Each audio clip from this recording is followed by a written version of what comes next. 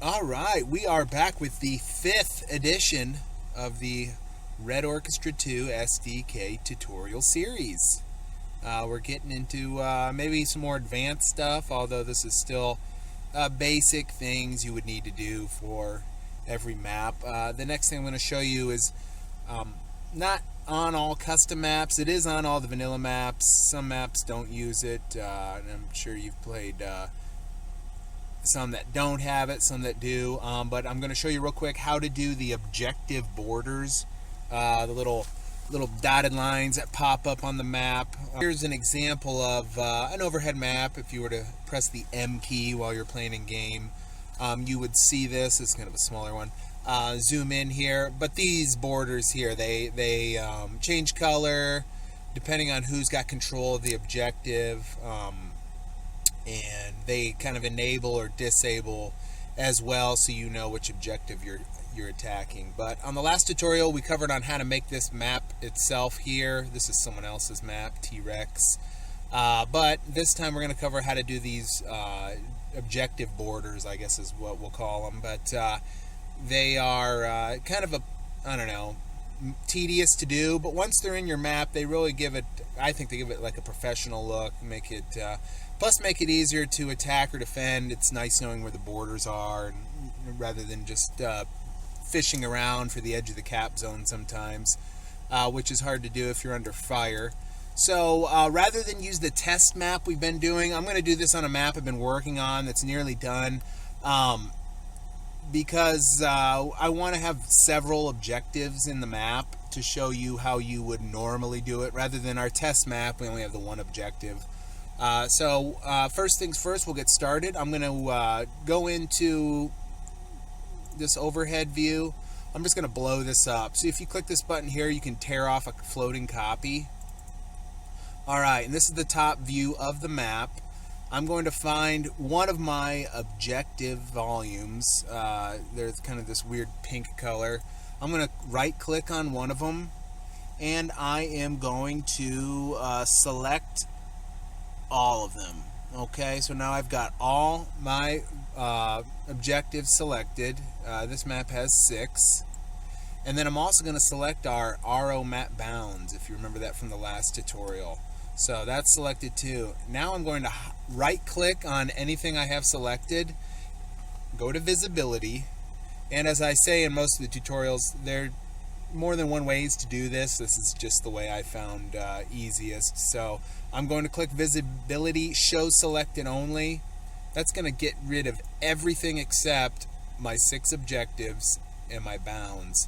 Now I'm going to do similar to what we did in the last tutorial to get a picture of the overhead view. This time the precision and not having this on the screen aren't quite as important, because we're going to scale everything in Photoshop later. So I should have had this ready. We got to grab our snipping tool again. Okay, there's our snipping tool. I'm just going to grab everything inside the map bounds, and I can even get the map bounds a little bit too, because we'll crop it out later. So we've got that. We'll save it. We'll call this map's called Elsonborn. So I'll call it Elsonborn OBJ or whatever. But okay, that's in there now. Now we're going to open this up in Photoshop.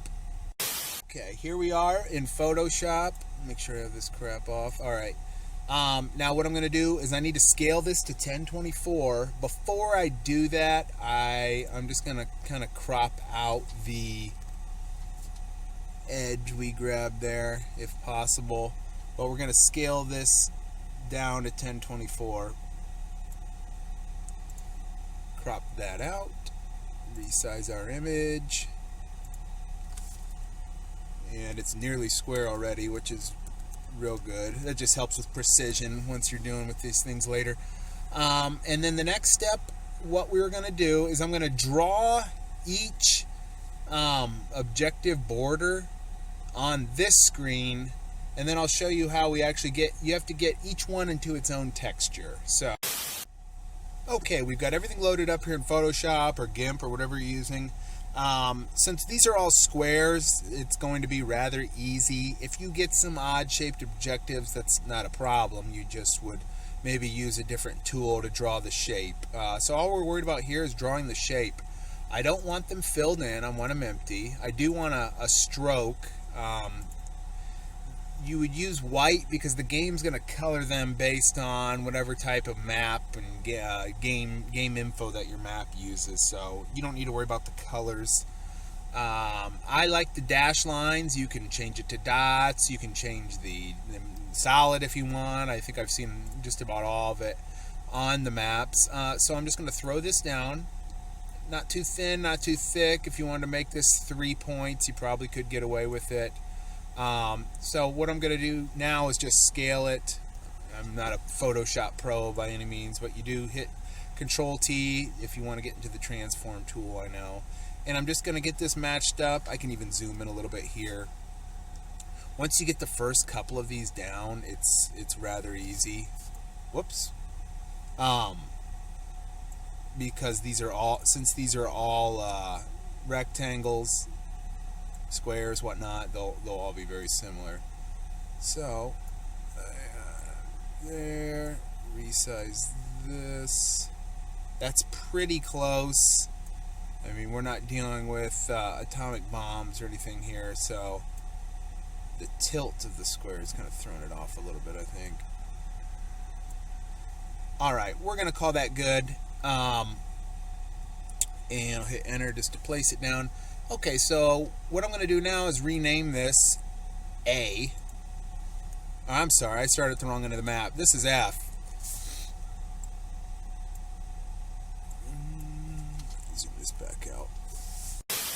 Okay, so I'm going to add each objective layer just like that. You can copy and paste, or I'm sorry, duplicate the layers, maybe to speed things up. With this map being on an angle, it's kind of a pain to do that. So I'm just going to redo each one and then rotate it.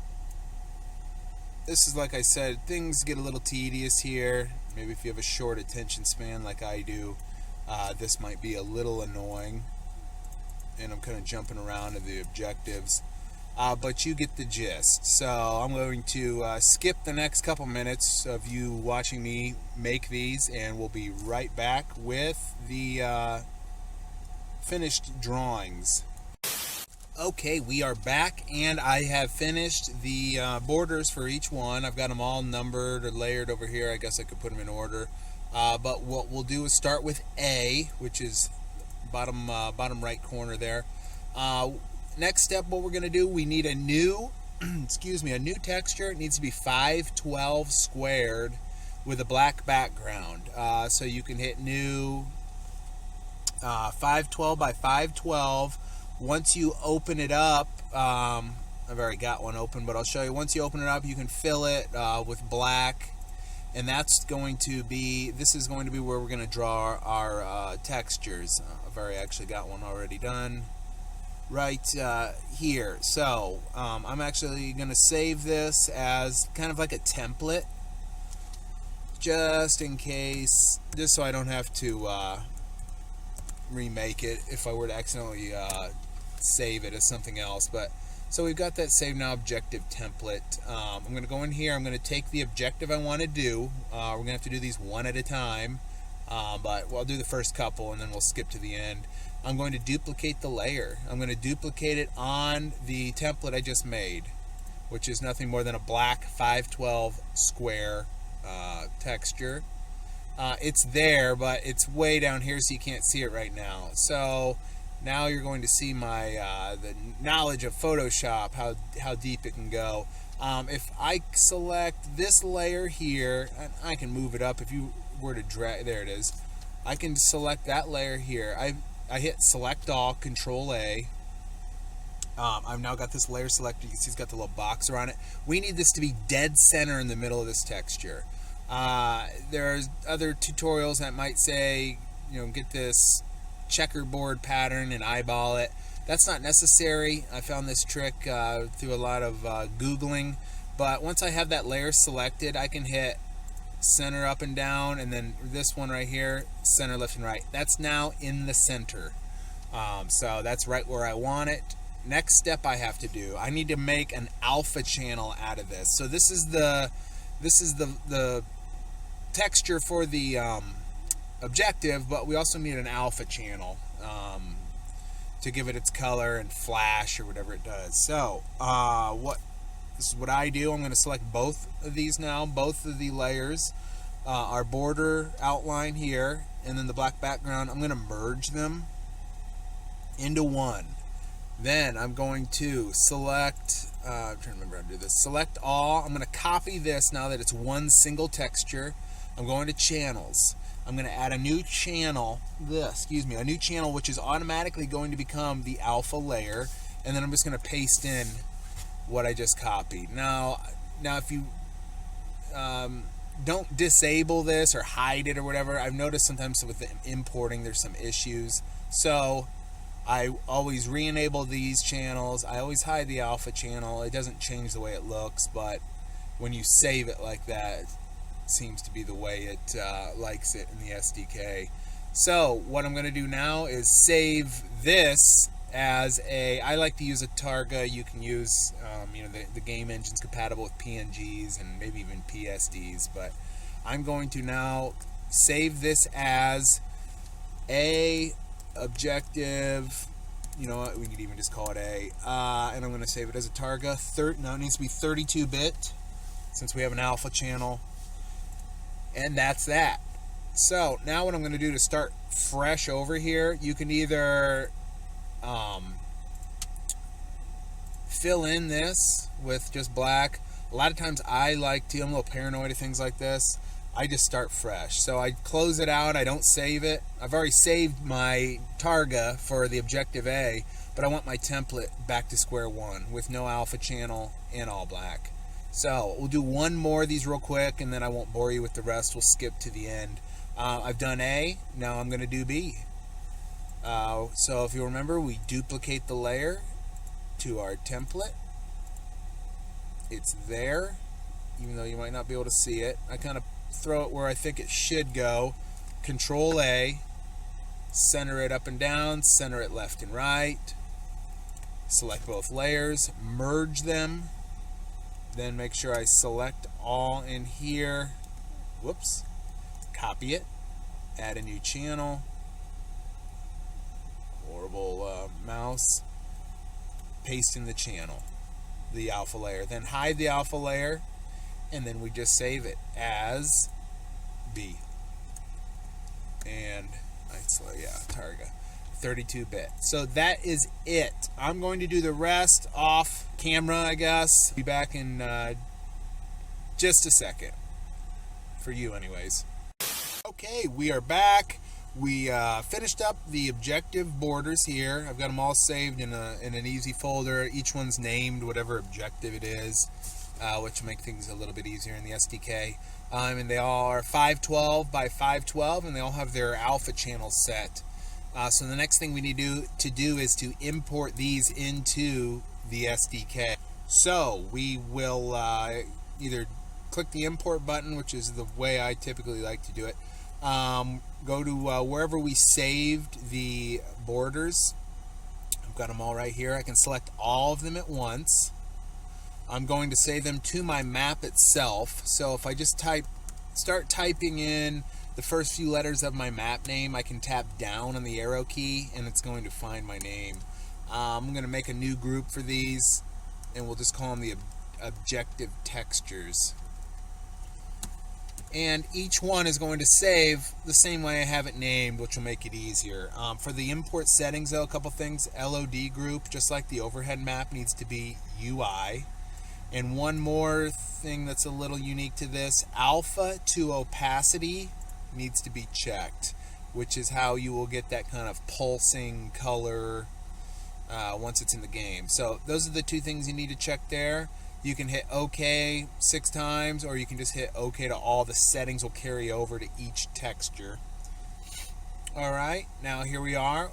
We've imported all of them, but we're not using them in the map. So at this point, if we were to save our map, all this would be dumped because it's not being used anywhere, and it doesn't keep things in your maps package that aren't being used in the map. So next thing we're going to do is to, we might be in luck here.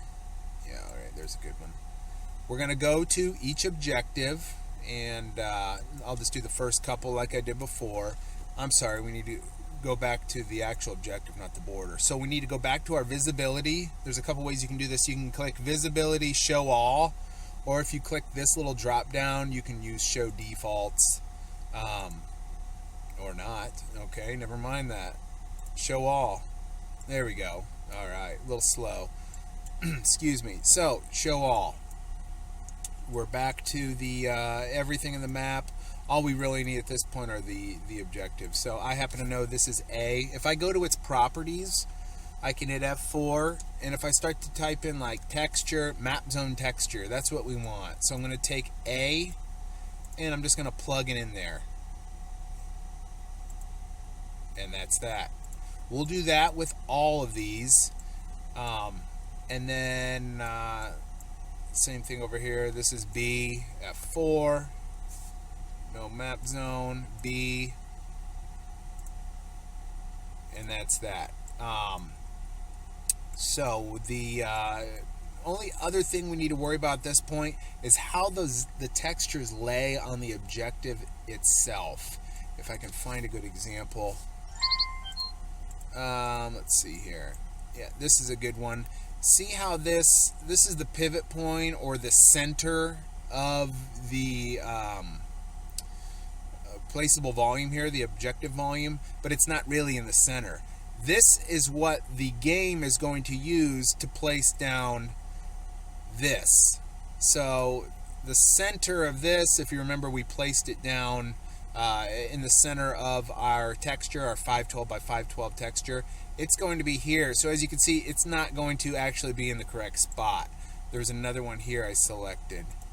Yeah, this one's way off. See how it's over there? So to adjust this, and if we were to play the map real quick in the game, I won't bore you with it, you'd see, it would say the objectives here, but once we got into it, it wouldn't really work because the objective's here. So it's going to be off center. It's going to think this is the center. So we need to reset where the center is. So the best way to do this, so far that I've done, it does involve a little bit of eyeballing. So I'm going to blow this up just a hair. But I want to kind of find a couple things you can do here. With these objectives being canted like this, it is kind of a pain, more than it normally would be. If you hold down your middle mouse button and drag it, you can measure things, and this gives you unreal units. But this tells you where the center of the texture is. So I know this is about 4,800, so about 2,400 would be halfway. So I'm looking about right there. And then the middle, so this is the, I guess the vertical distance. If we were to go across here, the only thing is it's canted, so it is kind of different. And a lot of times you will have to do a little trial and error here. But let's see how wide this is. If you actually think of this as the texture, and this is just a shape inside of it, if that makes sense. I should have used a different map for this, I guess. But this shows you kind of a unique challenge. So it's about 5,000 wide and 5,800 tall. So if we were to come down, let's say 29, we're just above the spawn volume. So, and then if we were to, what do we say, 5,000, so about 2,500 from the either edge, but we're looking at about right there. I'm just going to pick a point and we'll deal with it later. We still have our placeable volume selected, so I'm just going to say this is the point. I'm going to go to my pivot. Here we are, pivot, move here snapped is what we're going to do, and it'll move it. So now it's saved, but if I were to click off of it, oh no, it reset it. So what we want to do is actually, after we hit pivot, move here snapped, we have to save the pivot. So move here snapped, and you just right click anywhere. And as long as we still have our objective volume saved, we're going to go to pivot, save pivot to pre-pivot. Now if I click off of it, click back on it, it saved it. So what we'll do is play this in the game real quick to just see how far off we are. Okay, we've spawned in. I'm going to show you a little trick. You may or may not be aware of it. This comes in a lot of handy when you're troubleshooting your maps. But, oh, I'm sorry, I always forget to turn that down. You can choose this set speed command if you hit your either F3 or your tilde key. Set speed, and if I want to speed myself up, I can set it to 3 or 4. But as you'll see, I can run really fast, so it saves time when you're troubleshooting things. If we bring up our map, you can see our texture. It is a little faint, isn't it? But what I like to do is just kind of get right up to the edge and see exactly when it triggers, which you can see right there. For all the eyeballing we did, that is actually pretty good. Let me go over to, I usually do each edge just because I'm a little bit of obsessive like that. But I'm here, I'm outside of it, and I'm in there. You can see I'm right there. So I would say this is pretty good. We'll check the front edge just to be sure. And we're out of it.